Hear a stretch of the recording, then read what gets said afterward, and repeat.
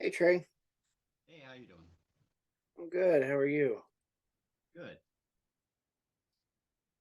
Sorry I had to reschedule for tonight. No, that's okay. All right. Well, I am fighting with this 320. Oh, okay. So let me take it apart. And mostly apart as it is. You familiar with the 320 at all? Yeah.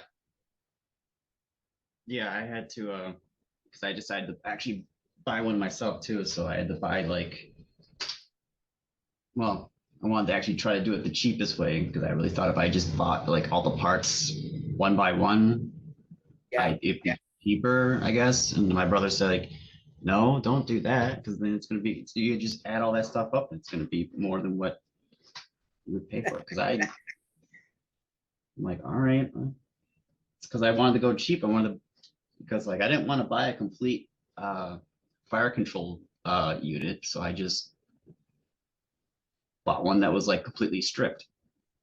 Yeah. Well, there's a couple of things about that. One is if you buy it completely stripped, you really get to know the pistol a lot more. Yeah, that was the idea that I was kind of going for too. I was like, it'd be a lot. I can understand it a lot more if I just buy everything like separate. Yeah. I think what gave me like the biggest trouble was actually the trigger bar and the trigger spring. Yep. Trying to actually think that's what got me. Man, that was Yeah, that's kind of what I've been fighting with. it's like I'm like, man, I don't, it's this is like Why is it so hard? it's I don't know how it took me so it actually took me several hours to actually just like because I saw like okay now okay I've seen how they do it how you okay so now I'm gonna try it and I'm like ah, how does this work like how do they do it Why does this go this way? and I'm like am I like what am I doing like okay let me check okay. And then I realized I'm like, okay, well, there's two different types of trigger bars. You can get one that's that has it's was it shaved down, it's filed down Yeah.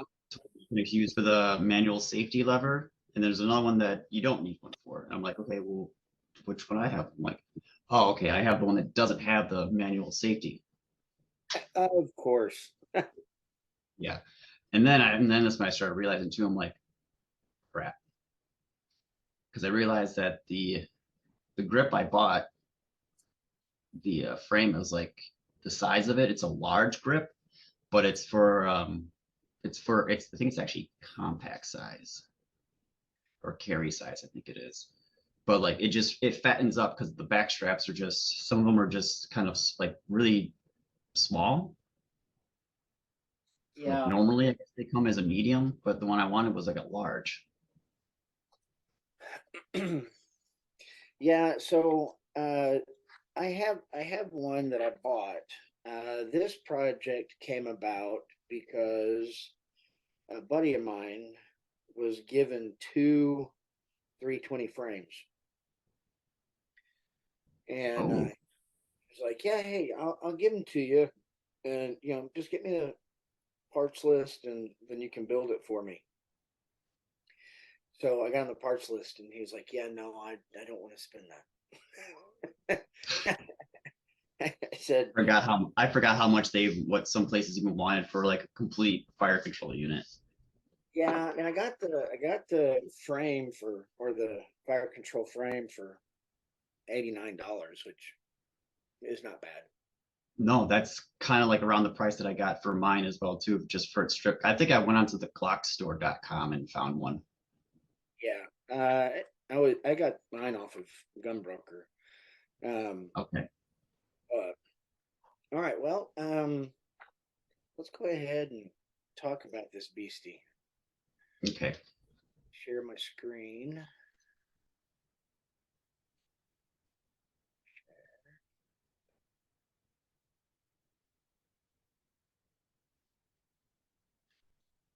Okay. This should look kind of familiar to you. Yep. And then there was the because like if you don't have the manual safety lever, the left side, I think it is, because that's the one that goes straight through the frame and through the sear housing. Yeah. And if you don't have that one, you have to find it's a pivot. I think it's a pivot pin, a sear pivot pin. I think that's what they Yeah. called it. I like some places they name it differently, and I'm Yeah. really trying to, okay, what is it? What is it? So I mean, So I was fighting with this a little bit earlier, and I got it together minus the spring on the trigger bar, because the spring on the trigger bar was giving me fits. it's yeah. Now, have you tried to change out your magazine release? I have tried that because I was actually going to use one of those grips for hydrograph dipping, and I was like, okay, well, I need to take that out. I'm like, I don't know how this thing fucking comes out. I can see where there's a hole and you can put a pin in, but that's as far as I get. So, what you have to do is in that hole, right? You push in because the piece that's in there has a tail like this, and so you push that tail, and then that allows you to take it out because that tail engages right here. Does that make sense? Okay. Yep. So there's the hole. So you're pushing through the hole. Yeah, because there's like a diagonal. There's like a little bit of a Yeah, it has to be at an angle, and neither. There you go. So it pushes, and then supposedly you're able to wiggle it. Well, that all depends on what you're pushing it with, yeah, right? Now the yeah. other option is to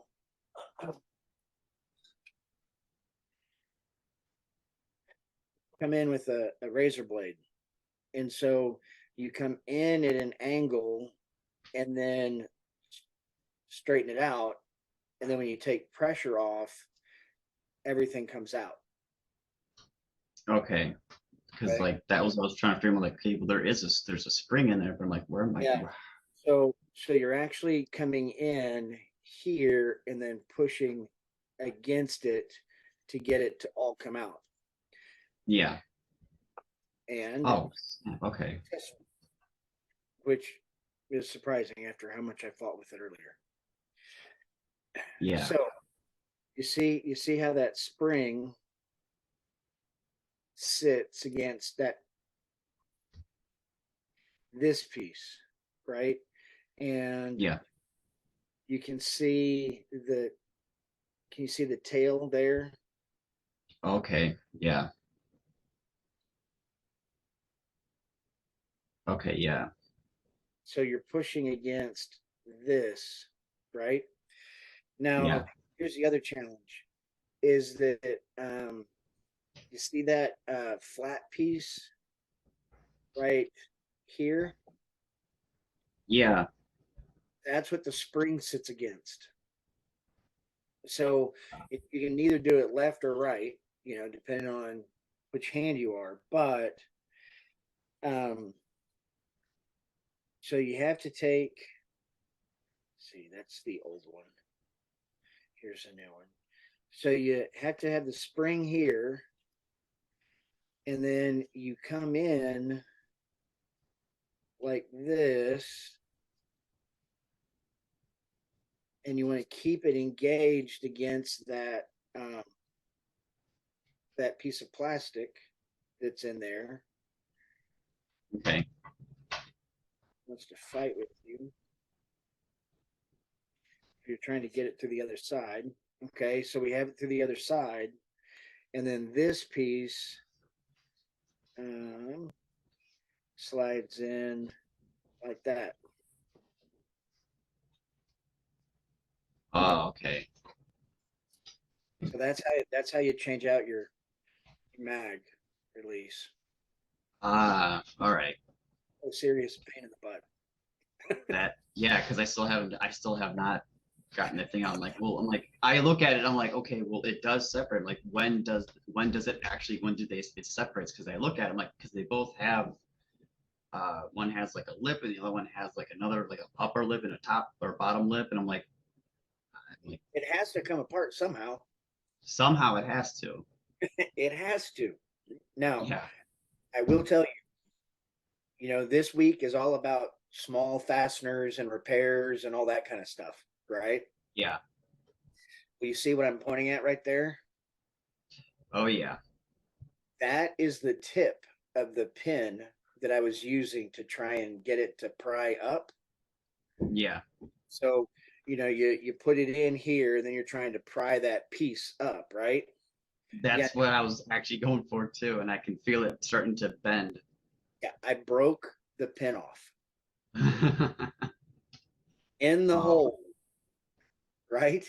So, yeah. you can see some damage right there. Yeah.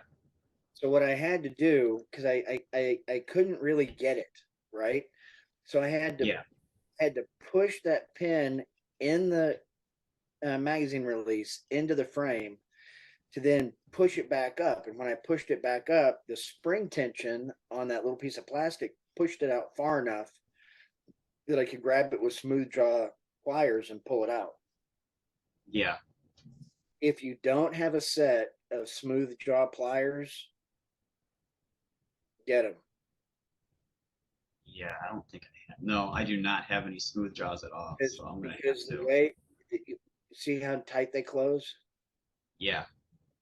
um, and because of the way they move, you get even pressure. So, like if I'm trying to grab a pin, I can grab that pin tight, and then I'm able to pull it out. Yeah. Yeah. I definitely don't have any things like those. I think the smaller pliers I have are like, I think they are soft. But yeah, smooth jaws, so you shouldn't have any serrations in the teeth or in the. No, sadly, no, they're not smooth jaws. No. So here's this one's made by, looks like Gober, Goeber, Okay. and that's 46.512, which is probably the patent number, but you might be able to find it that way. Because yeah, the way that they close, that's nice. Yeah, yeah, I love them. I love them. All right, I'm gonna put up my razor so I don't cut myself any more than I already have. Okay, so we'll set this to the side. All right, so in looking at this, of course, you got all these different pieces, right? Yeah. Um, this is that sear housing. Yeah. So you've got this spring that goes in there, Yeah. right? And that spring is actually connected to your takedown lock. Yeah. Yeah. That should be. And then on this side, you have this groove here, and that's where your disconnector goes. Right now, I've got grease on it because I was messing around with it earlier. Um, Yeah.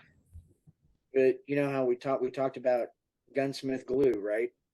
Um, I didn't use chromoly. I actually used frog lube because Okay. it's what I had readily available. Yeah. Uh, and it's a paste. Oh, okay. So All right.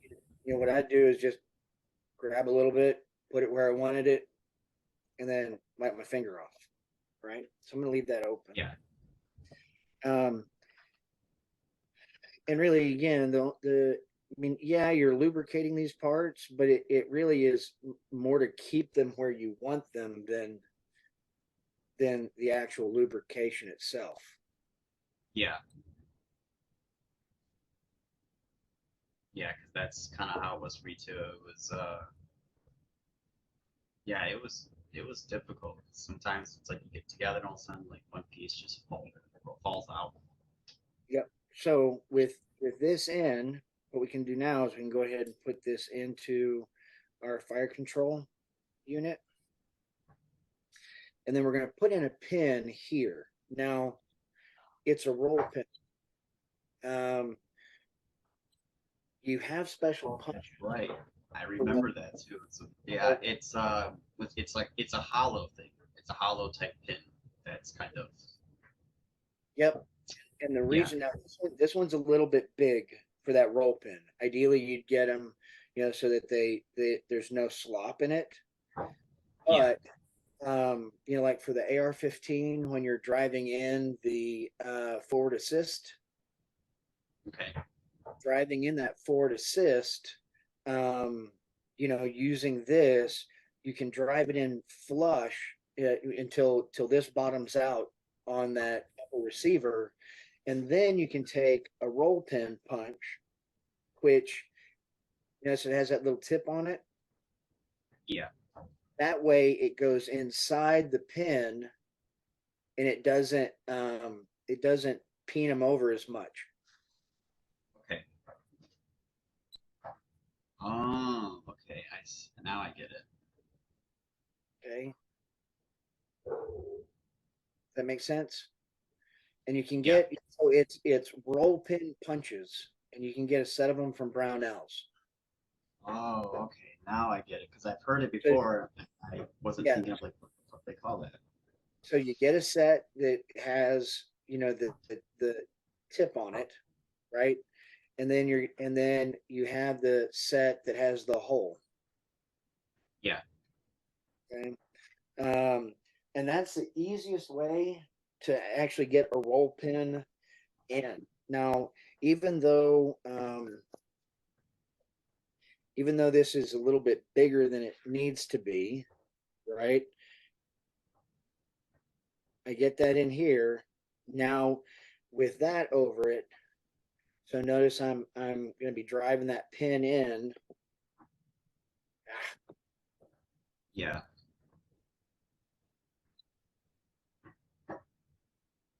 Okay, so I can drive that in, um, and then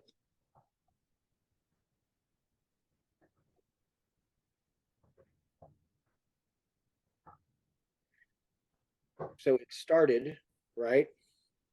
Yeah. So got all those pieces where they need to go. And here,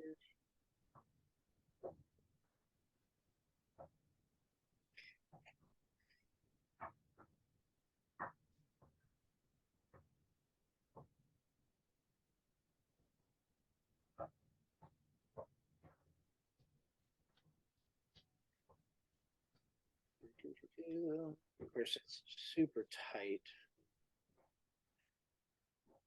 Just bring in.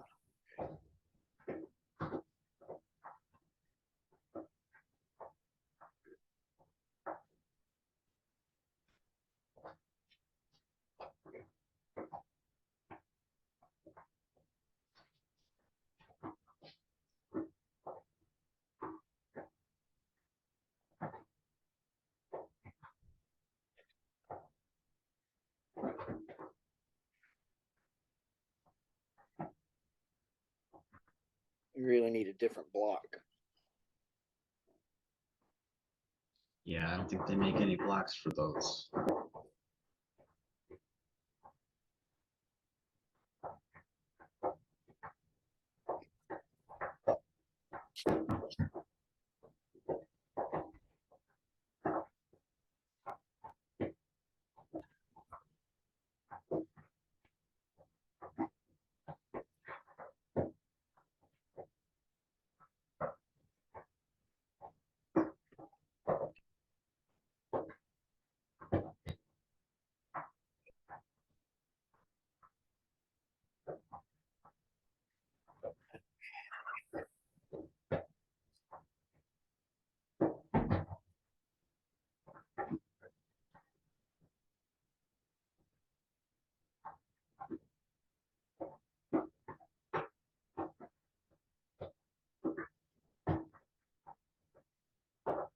Okay.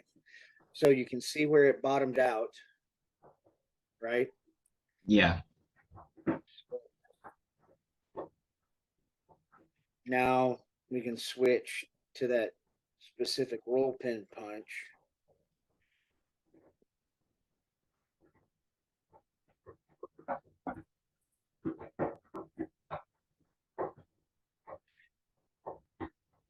And of course, I drove it too far.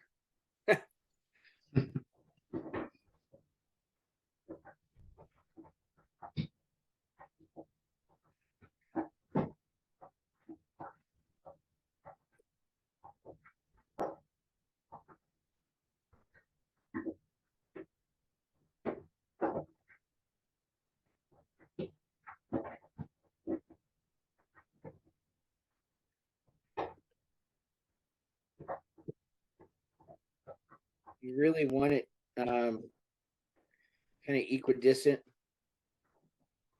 on both sides.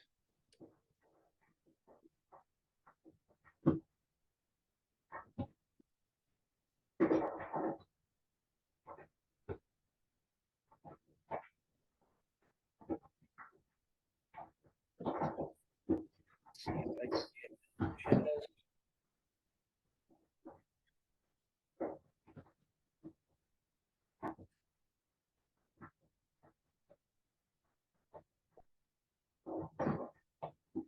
okay. So we've got roll pin there and roll pin there. I can get it a little bit more even, maybe.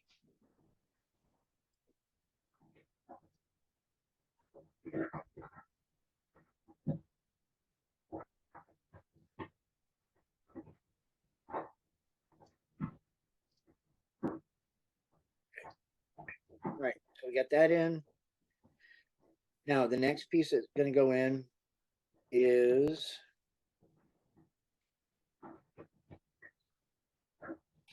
the sear, which is this hook.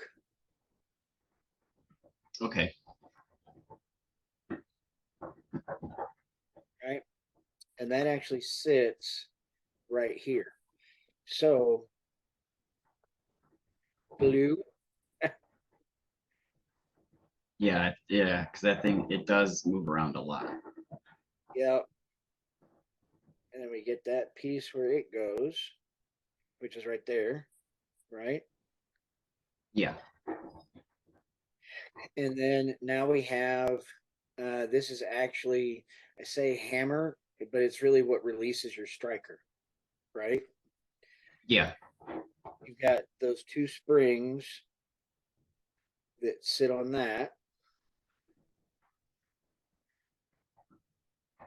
And if that one doesn't want to stick,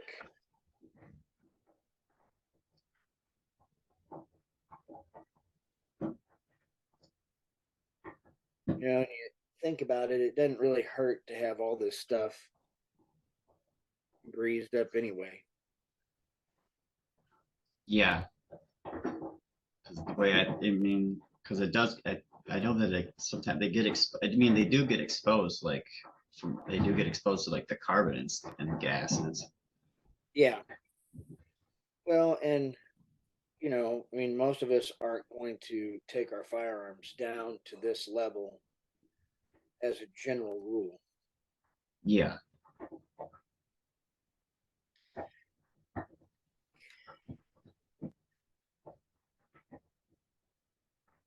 Let's get that so it doesn't come out of us.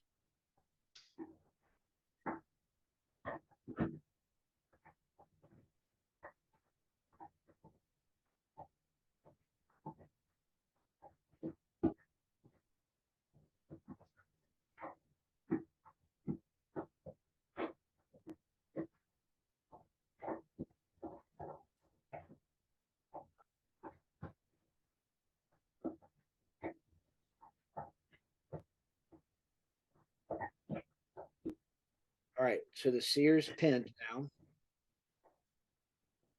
Yeah. Sorry. No, it's okay. All right, so we got the sear pinned. We got a roll pin there. We got a spring here. So that's where it needs to be. And then the next part coming in is going to be this piece. And so trying to keep those springs straight. But it drops in here.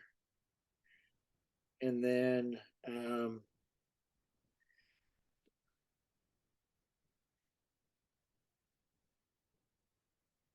you got to hold it back so that it engages. Now you can take another pin and line the hole up. Yeah.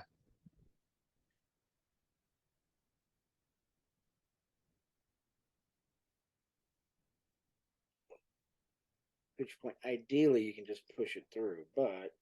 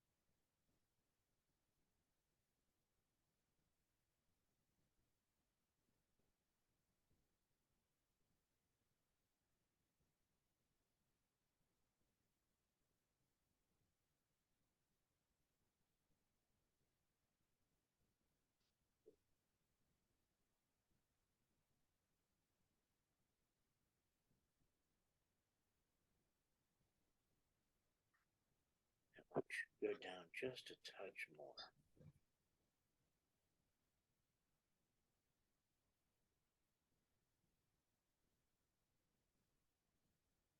There we go. Okay. So we got that. And the next thing we're going to put in is going to be our takedown lever. Now for Yeah. this tail goes into that hole. So what we have to do is come in here at an angle, and then we need to grab that spring and pull that spring back to be able to get that to pop in.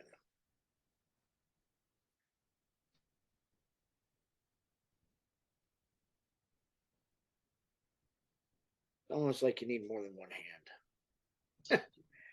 Yeah. Right. Now, with that in, we need to get this piece into this groove here. So what we're going to do is we're going to come in, push it so that it sets in.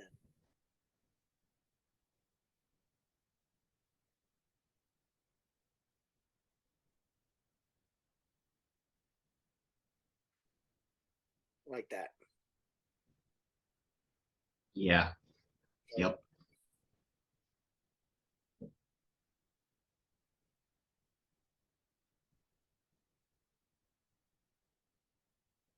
Now Yeah. you think about different things you can do. I mean, you could come in here and polish, all of these surfaces where anything touches, right? Yeah. Polish the inside there, that'll smooth up that. Polish behind here. Um, so there are things that you can do without actually having to change out the springs and just staying with the factory setup. Yeah. Okay. Yeah, that does make sense. And so like on your trigger bar, right? Polishing here, polishing here, all of that plays into, its function. Yeah, Now, because now that I think about it, like I should do that. Like, well, so really, what is a trigger job? A trigger job is just going in and cleaning it up, right? I mean, if Yeah. all you did was go in and polish every surface that touches something else, you're going to decrease your trigger weight.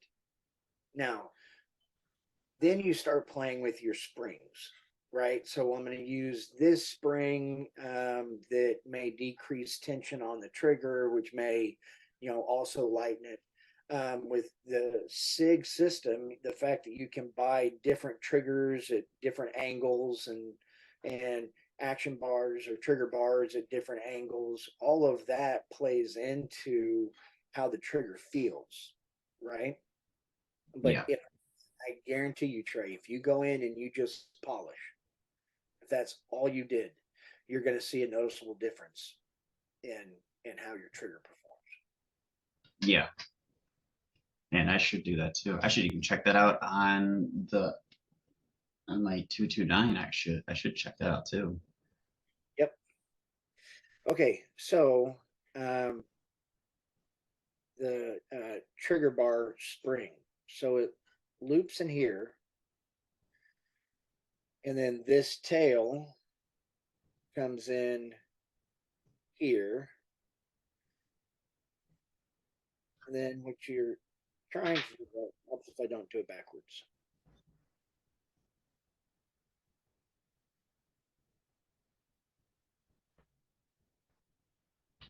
Backwards again. Yeah, I forgot how that thing. I know that it flips. It does a full 360. I think at what for it to actually Yeah. get set up. Yes, it does. So that goes in. Then this hooks here. Okay, and then this comes around. Ah, That was me. That was the same thing for me too. and this comes around, and you get it in here. Yeah, and then it's just halfway in. I think I did it like halfway in, Yeah. and then try to fiddle with the trigger. So here's the trigger. Now I bought the guts as a set, right? Okay. So ideally that means that the pieces should all work together. Yeah, because that's that flat trigger that I bought as well too for it. So challenge is that the way this trigger bar sets, it's very hard for me to get the trigger bar pin or the trigger pin into the trigger bar. Yeah, that's exactly where I spent hours trying to at least 2 hours trying to figure that out. So question becomes is, all right, so do I need to catch it somewhere else? Do I need to push this in all at once? Because you can't really, there's not a lot of maneuver room. No, there isn't. It's like you have to have the trigger like halfway, almost halfway in the housing. Yeah, but see, if we look at this and the way it's set up, right, halfway in the housing, it doesn't engage far enough for you to be able to rotate it down to bring it forward into that trigger bar. Okay. Yeah, I was trying to remember how I did it. It was and I never touched it ever since. Well, I don't blame you. Because like I said, I was playing with this earlier. Because I've never done anything with a Sig before. Um, Not because I don't like them. It wasn't on my list of, oh hey, I really want to work on one of these. No, I agree. I agree because like I mean I've never seen like the inside of any like much of any other striker fire like pistols at all. So like this is like what I is what I'm used to seeing. So it's like when I see like saw the inside of the clock, I was like, oh, okay, everything actually it can set inside it. Yeah, and that's and I mean I understand the modularity of this, which is why they designed it the way they did. Um, but I got to tell you, um, I've always kind of felt that Sigs and Smith and Wessons, as a general rule, were too complex. Yeah, Uh, 'cause actually I've never even looked inside of a yeah of an M&P like pistol so either. the thing with me with these is that um, I mean, if I think about a combat firearm, I want a firearm that has as few pieces as humanly possible, Yeah, right? Um, Now, admittedly, if like the U.S. government, they have a bunch of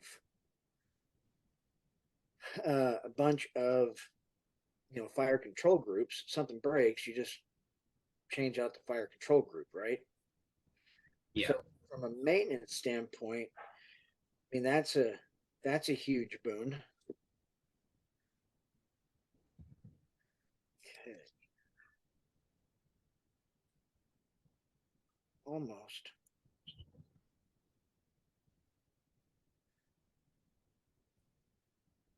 Okay, so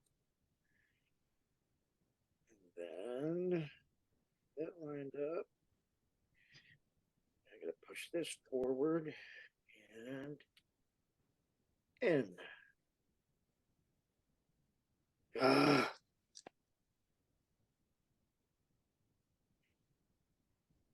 well, I almost had it.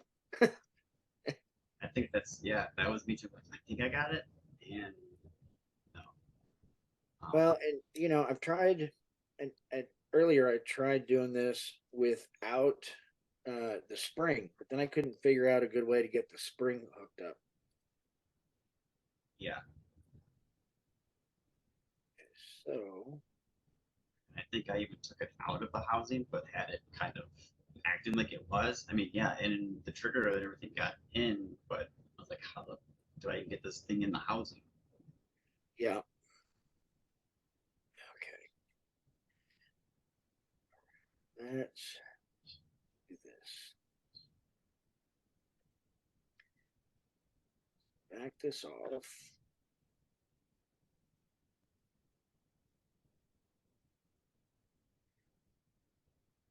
Okay,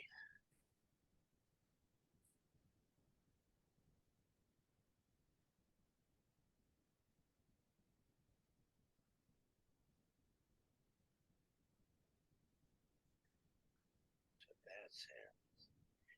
We're gonna take this.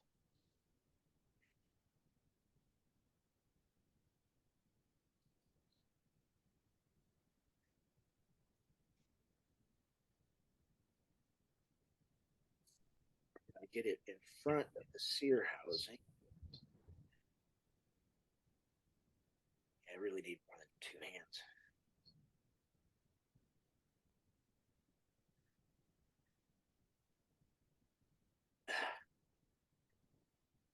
Here we are again.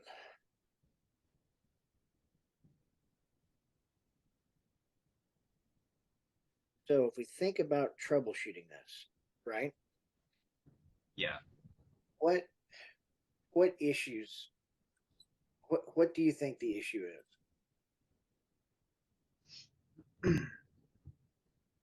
Um, for me, I thought it was wait, the trigger actually slides into the to the frame, and I was thinking, man, like, is it because it's just a small, like that small of a cut, or it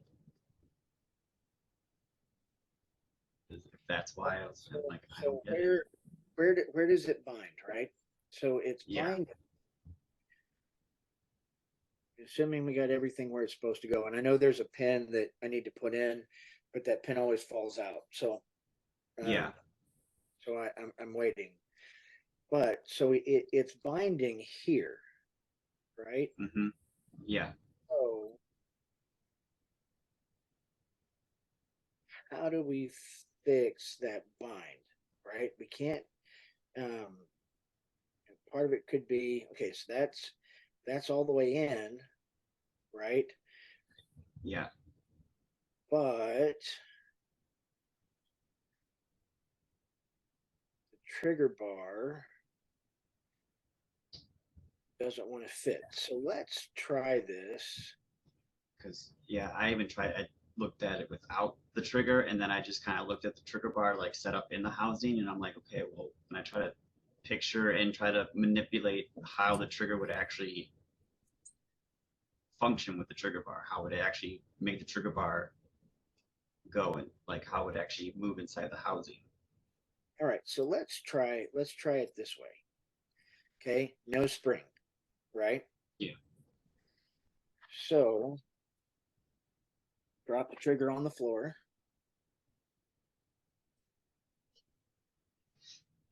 Because obviously that's important. Yeah. All right. So now we can put this in, but without any pressure on that trigger bar, we can actually get it where it's supposed to be. All right. Makes sense. Yep. Just like, yeah. Okay. So now the question becomes, how do we hook the spring up? So we know the spring goes here, right? Yeah. And then this hook has to go here. So what if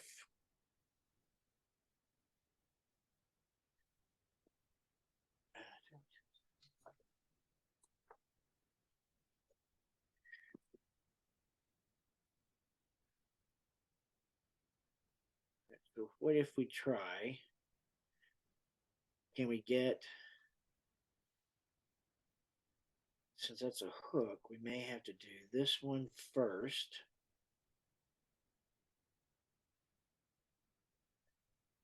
Right, and then can we get that leg in? No. It's yeah. I think it was. I think I done that. I tried to do it that way as well.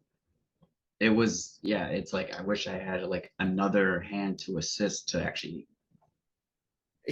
Yeah. Okay, so let's see here.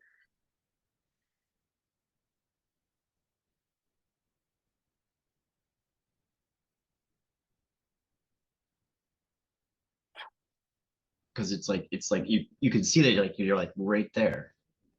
Yeah, I mean it so we know here's it, so again, let's go back to troubleshooting for a second, right? So here's what we know. We know that the trigger and trigger bar can engage, right? Yeah, And we know that they can line up and we know that they can go together. yeah. So the question now becomes, what is it? What is it that's impeding the this from being where it's supposed to be with the spring and getting this to line up all at the same time? Because I know that there's like a tab piece that goes in the housing, in the sear housing. I know that that I know that that has to go in. It goes into a certain way, and then it kind of just kind of falls right up into the housing. It just So feels like there's something like that. There's something impeding on everything to be in. so let's try this. We have our trigger where it's supposed to be, right? Yeah, Go ahead and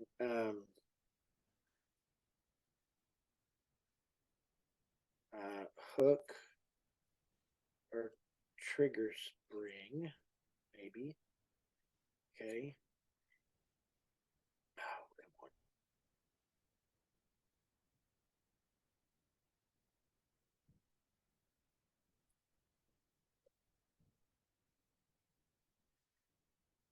Too many monsters. yeah.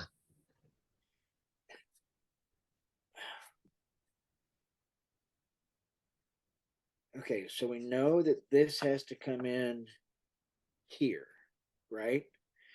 Yeah, So maybe, just maybe,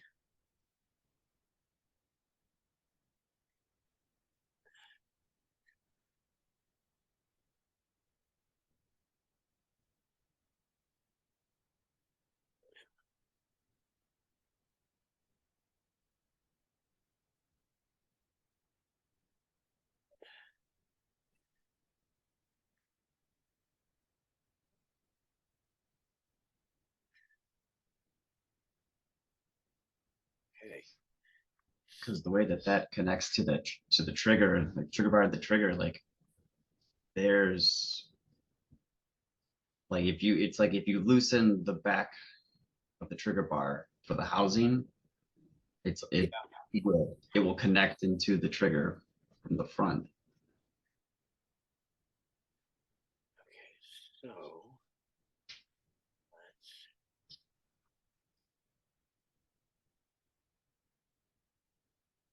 well, thank you for struggling with me. You're welcome, because like this just reminds me of the times I was trying to do that. Okay, so I've got that. So that's not quite in the sear housing, right? Yeah, because you can see how much it gives you just a little bit more to play. So if I can,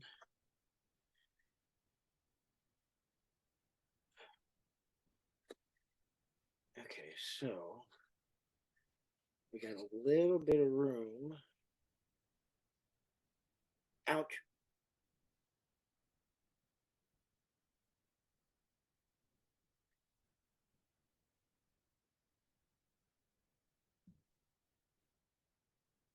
Okay. I could just get.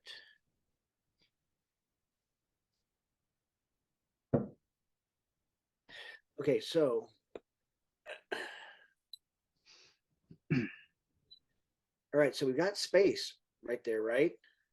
Yeah, So what we need is we need to take pressure off of here.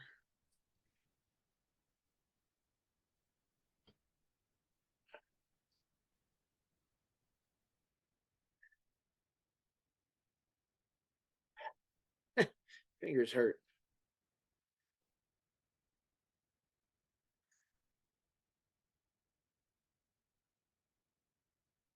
So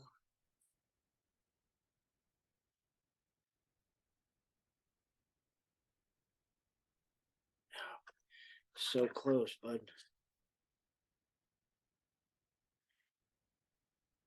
Really, all we need to do, man, is just shift that trigger yeah, just and just a hair, and then it would engage. But there's no good way to grab a hold of that.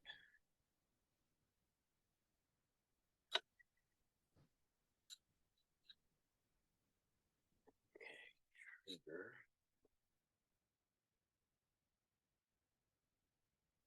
Because see, that's enough clearance right there, man. Oh, sorry, that's enough clearance right there to get that pin in. yeah,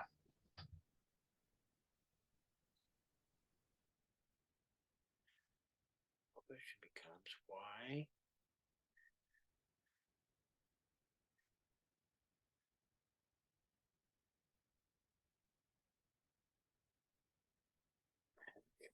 Let's.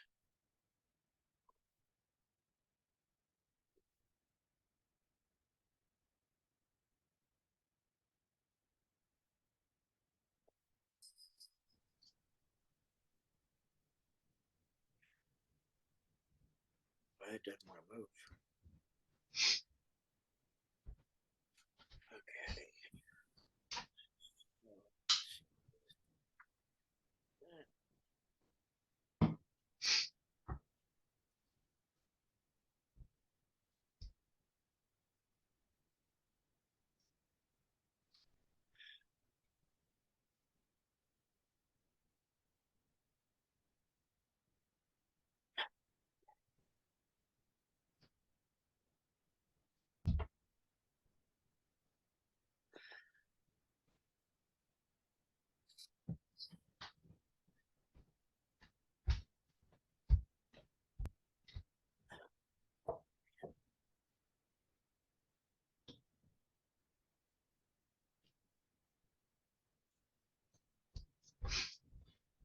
Okay, so that's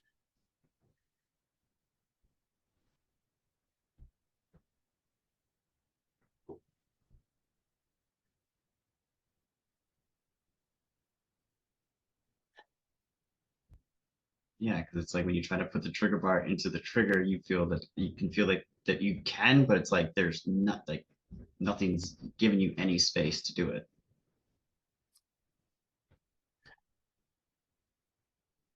okay. So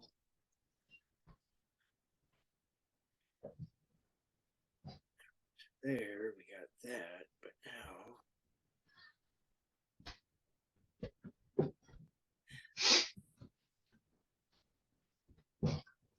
ah, Yeah, yeah, I had it.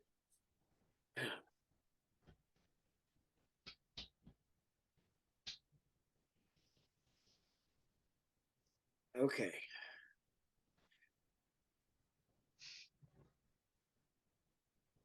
It's almost as though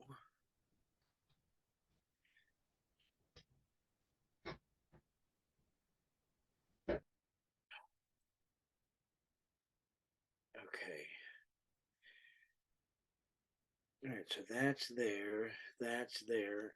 Okay, let's see what happens if I do.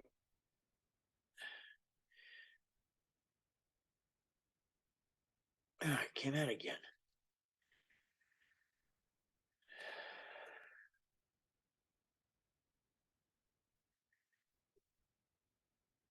You know,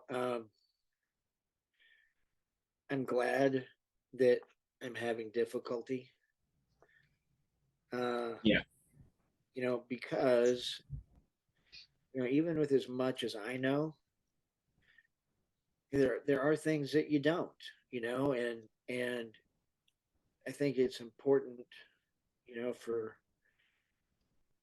so I was doing a high school application just for giggles. Um, and one of the things it asks is, should the teacher admit their mistakes? And the answer is of course. oh man, if only that was actually in like the corporate world. Well, though, I mean, there's nothing wrong with making a mistake.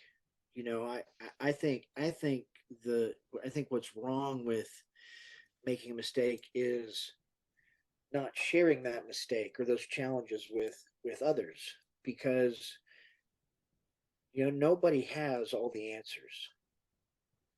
Nobody Yeah, nobody knows everything. It's physically not possible. yeah, And so it's important for there to be challenge and discourse and uh, collaboration. yeah. Which is No, why I I agree. like doing these video sessions. I mean, I know some people that would be, oh, I can't do that. I'm embarrassed. I don't know what I'm doing. Well, you know what? Neither do your students. So, why not? Yeah, Why not learn together and everybody be better for it than um, refusing to do it. It's like the discussion this week. I love the discussion this week. Because the question is can you troubleshoot? Well, the answer is yes, of course I can. Troubleshooting and repair are two entirely different processes. yeah, Um, maybe I don't know how to redo a rivet on an AK-47. Well, that's okay. I don't necessarily need to know how, but I need to know somebody who does. And that's where success becomes possible. yeah. So for this, for the trigger spring that's connected to the trigger bar, do you have it? Okay, so you do have it a lot. You have it do inside the. You have it inside that groove spot. What if you took out, kind of pulled it not out of the trigger spring, but kind of moved it a little bit out and then forward out of its groove towards about Okay. right there a little bit, and then bring it. See if you can actually bring it the trigger bar out a little bit of the housing. If that give you like a little bit of, A little bit more play. yeah, because it kind of pivots the way that I remember. Yeah.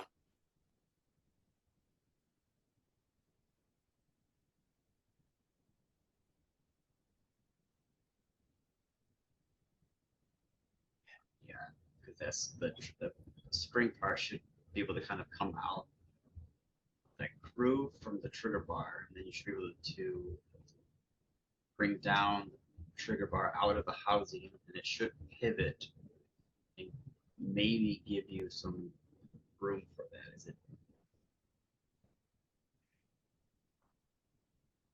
Okay. Let's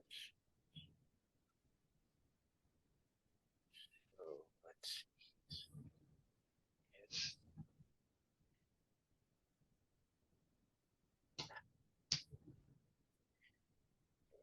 if we start here. Okay. So this needs to be in front, right? But let's see. If we start here, can we get everything lined up? Looks like we can.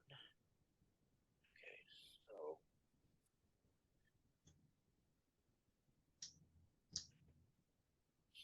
now if we come back in,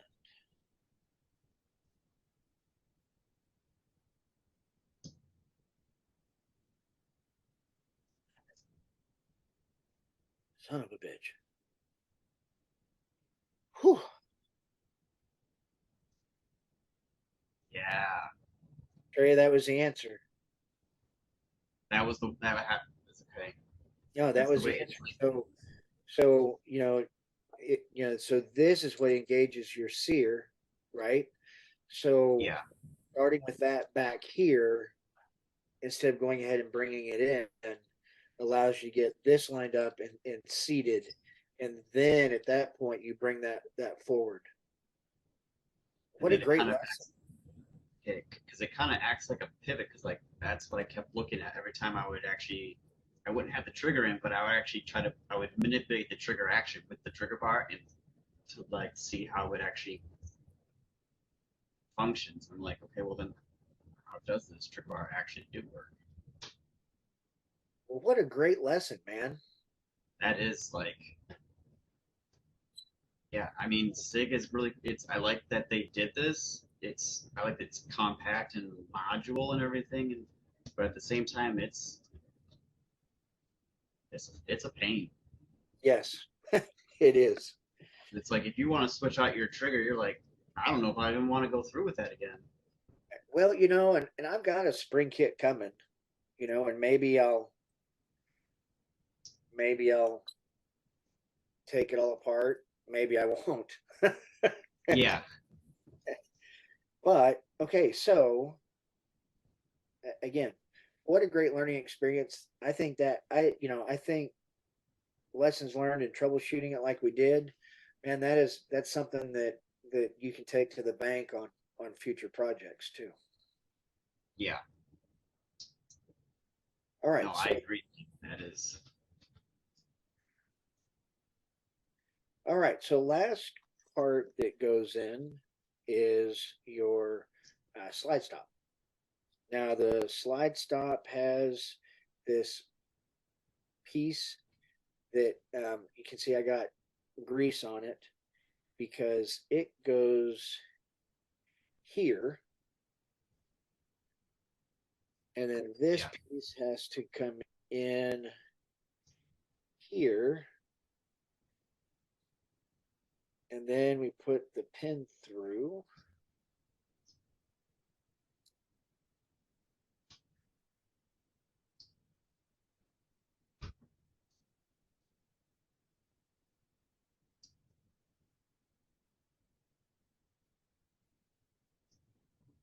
I ought to go more flush than that.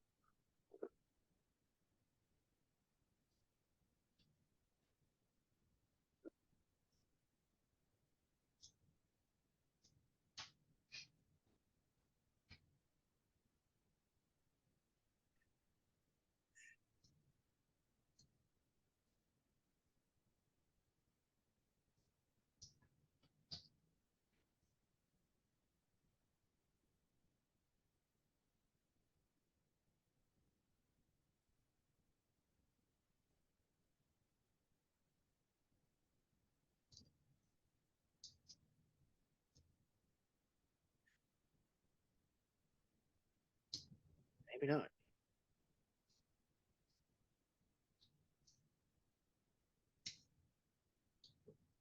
That should be. Should be flush.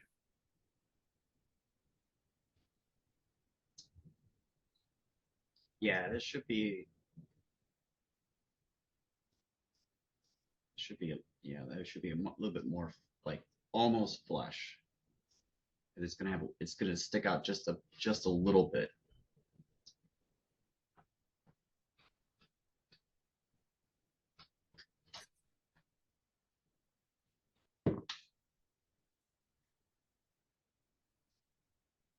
Okay, so that fits.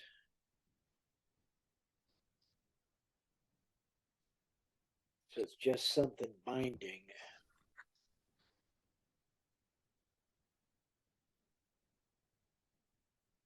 Okay. All right. So get that in place.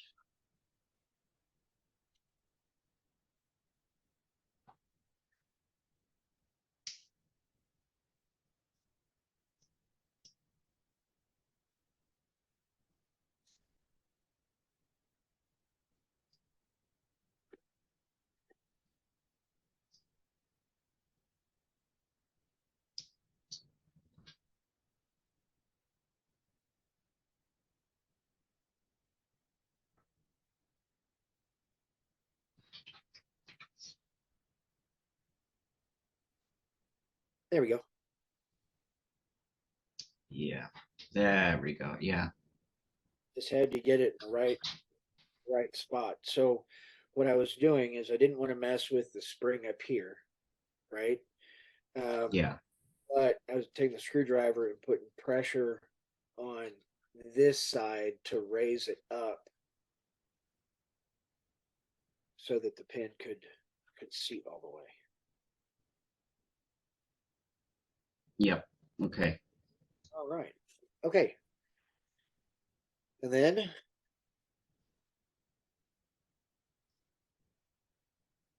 I got to get this set just right.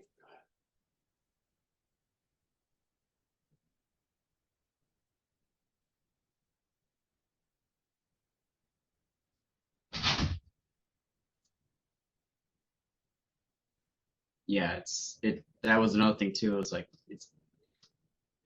I guess it's like it needs to be kind of have to force it in a little bit so it could be like the parts Yeah, can actually get married or something.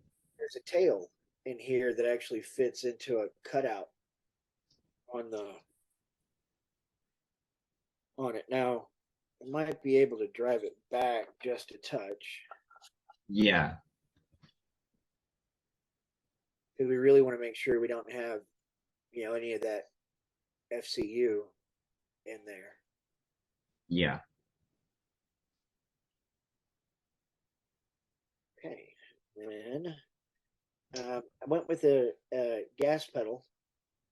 There it is. That's what I was gonna. I saw that too, and I was like, that looks like something I want to get too.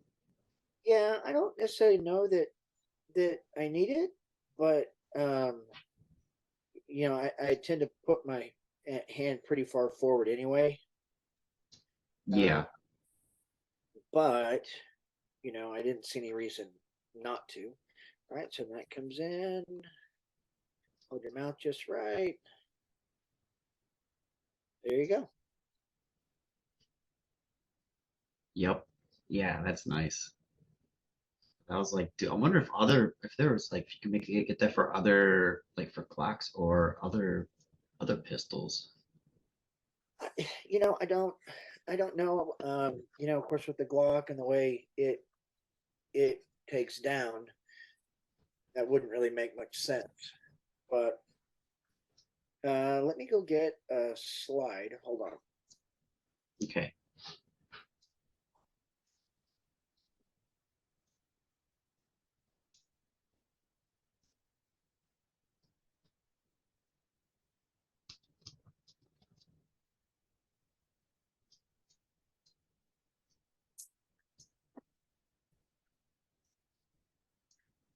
Okay.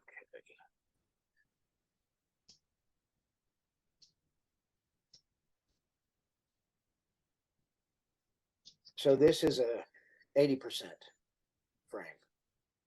Yeah. Oh, that's nice too. Yeah, I like the texture on the grip.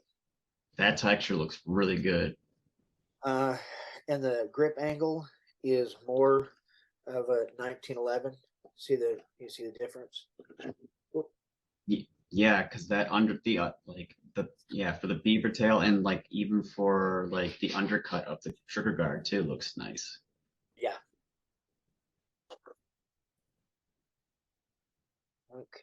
That's actually what I want to do too is actually add more grip for mine. So polymer 80, $65 Oh, nice. Okay.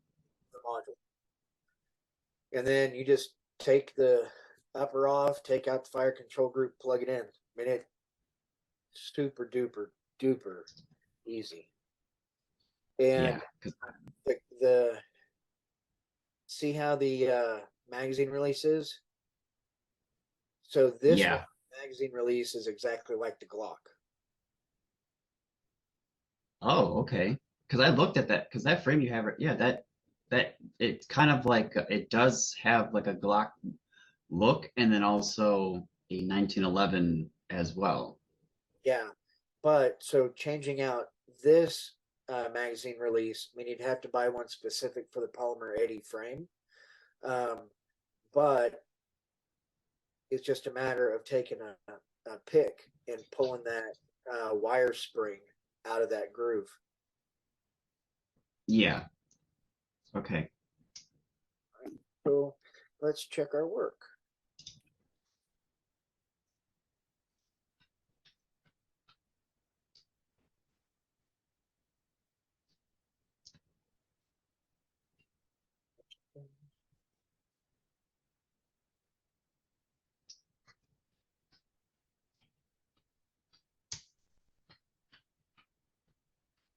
All right, so lock back.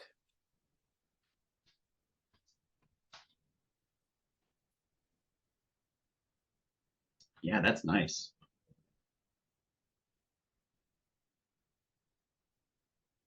So there you go.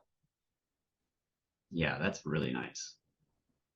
So I could get the parts for the safety, put the safety on. And that's the kind of thing too I have like with the grip that I bought, it has, it has a cutout already for the manual safety. And then I realized like the pin that's actually visible right there, I think it's actually the sear pivot pin. Yeah. It has it there. I mean, I did take it to the range and it did kind of actually protrude out. And I'm like, oh crap. So Yeah. I took an old Kydex holster and I actually cut some pieces off of it. And then I kind of did a soldering pen and I kind of just melted it and actually plugged up that cutout for it. Okay. No, that's smart. I mean, it's good so far. I mean, and then I kind of just like sanded down a little bit to smooth it out, and I mean, it's nice. it may look doesn't look aesthetically pleasing, but it's actually doing its job. So what you could do, if you want to increase your texture, is take a wood burner with the round, just the round end, and you just do small dots. I Oh, take a pencil and you can draw out, where you want it. So you could end up doing texture all along here, all the way down the back strap. That's yeah. stippling. That's what I want to do as well too, because it's like yeah, the grip it feels nice, but I want the texture just a little bit more rough. I want that just a little bit more.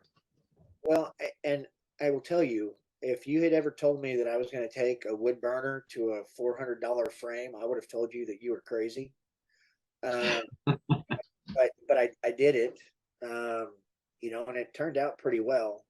Actually, I can go get. Well, I'll show you on the next one. Okay. But oh come on. But that's exactly what I did. Is I took a pencil and I drew the outline of where I wanted the texture, and then I didn't wasn't in a hurry and didn't press real hard, but I just started at the bottom and worked my way back and forth all the way up, Okay.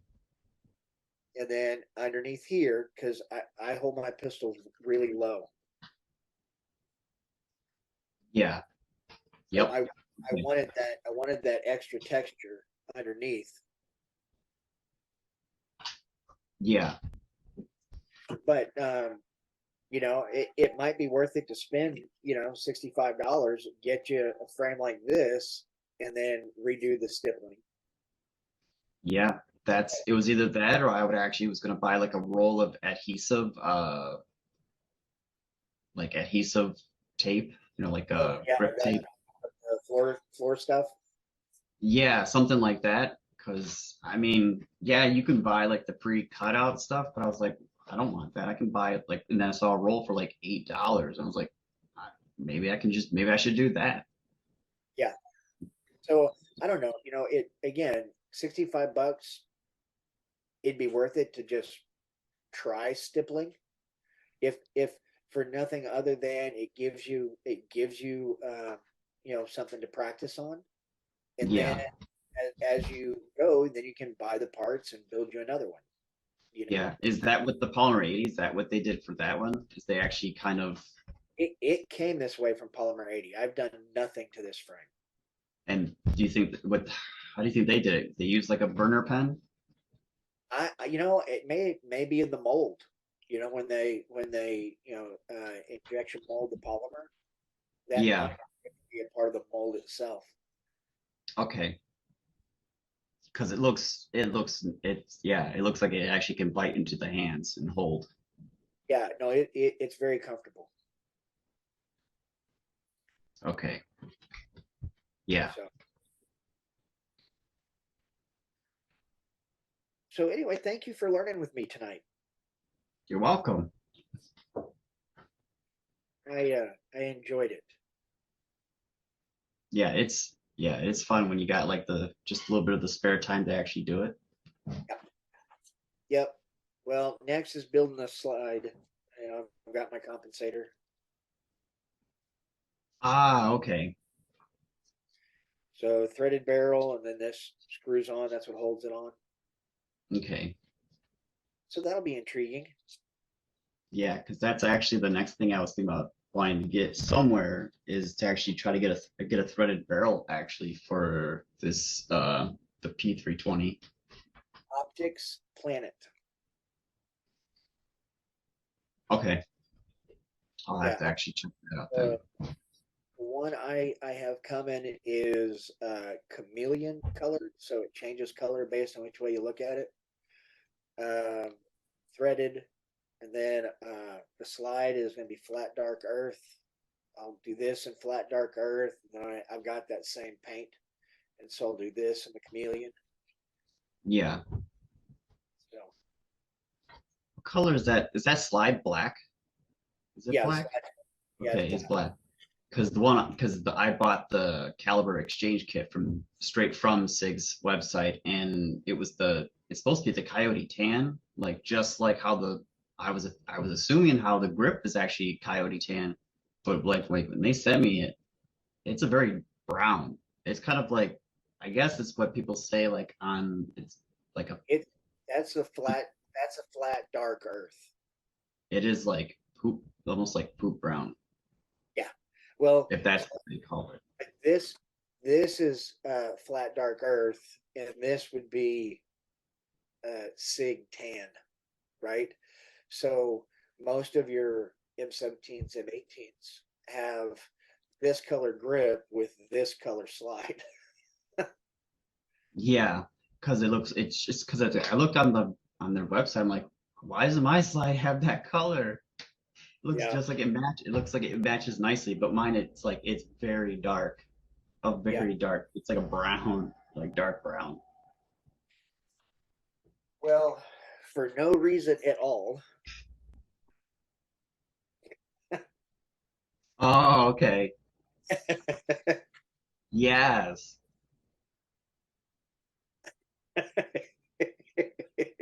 And it was probably, I mean, and the price was probably a nice price too. Oh gosh, yes. Yeah. And that's kind of like, I was like, maybe I should get one too. But I think it was actually for, maybe it was actually for, it wasn't for pistol, I think it was. You But know, there's no reason for it other than just because. just because, yeah, yeah. And actually inside that box magazine too, or that drum magazine, is it like the spring rotation Yes. that they have? Yep. Yeah, Yeah. Holds 50 rounds. So, LTC qualifications 50 rounds. I wouldn't have to load. that's true. And that cuts your time. Oh my gosh, yeah. So anyway, hopefully I'll have the slide together and I can show you guys the slide next week.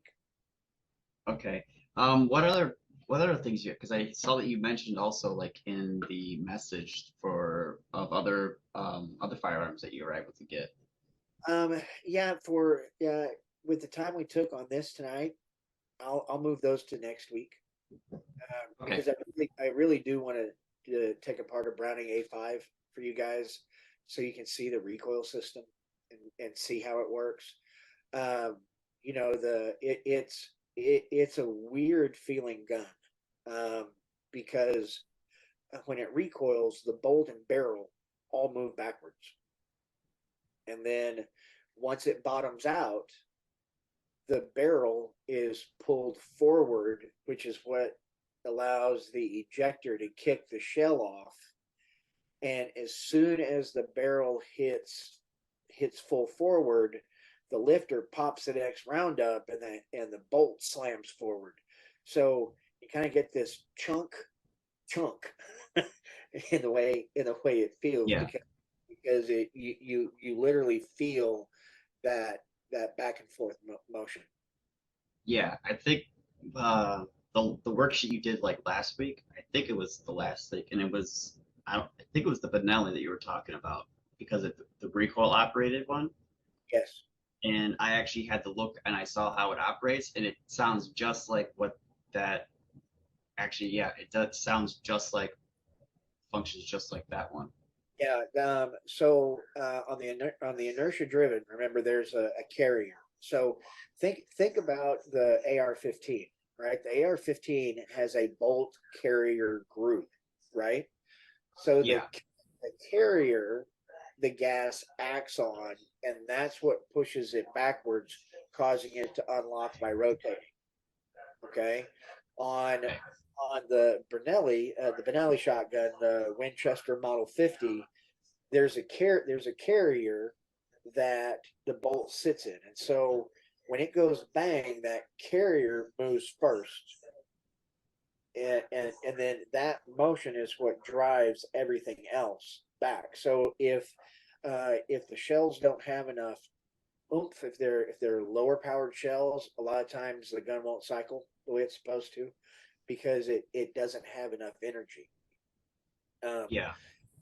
a lot of people said that it could be the magazine that was causing the issues, which is true, but most likely, it's a combination of the lifter itself and the energy of the shell that it's dealing with. I was working on an inertia Smith and Wesson shotgun, and the issue there was it had never been cleaned.